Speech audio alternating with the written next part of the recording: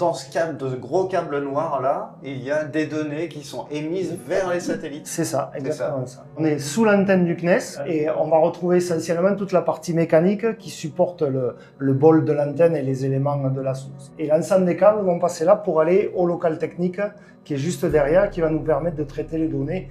Il y a une partie là du matériel qui sert à émettre des données et il y a une deuxième partie qui sert à recevoir des données. Alors, on va retrouver des équipements pour recevoir la télémesure du satellite, des équipements pour émettre vers le satellite des télécommandes. Donc, par exemple, ici, vous avez un ampli d'1 kW. C'est le câble qu'on a vu tout à l'heure dans l'antenne. Donc, en fait, la puissance part d'ici, est envoyée vers l'antenne.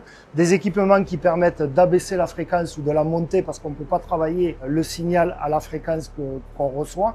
Et des équipements qui vont nous permettre de traiter la télémesure et de l'envoyer vers les centres de contrôle, qui vont leur permettre de voir dans quel état est leur satellite. On va également avoir un système qui permet de positionner l'antenne. Elle est toute blanche, toute propre, nickel. Comment on fait pour nettoyer une antenne comme ça? Alors, il y a un plan de prévention qui nous permet de dérouler 150 heures de maintenance dans l'année. Ça va du graissage de l'antenne à des mesures et au nettoyage de la parabole. Alors, on loue une nacelle et au Karcher ou au balai brosse, on nettoie l'antenne pour qu'elle soit propre, pour éviter la corrosion. Et ouais, c'est pas juste pour qu'elle soit jolie. C'est sympa qu'elle soit jolie et propre. Ça montre qu'on les entretient bien, mais ça a quand même un rôle fonctionnel et il vaut mieux qu'elle soit propre que toute sale et perdre des caractéristiques.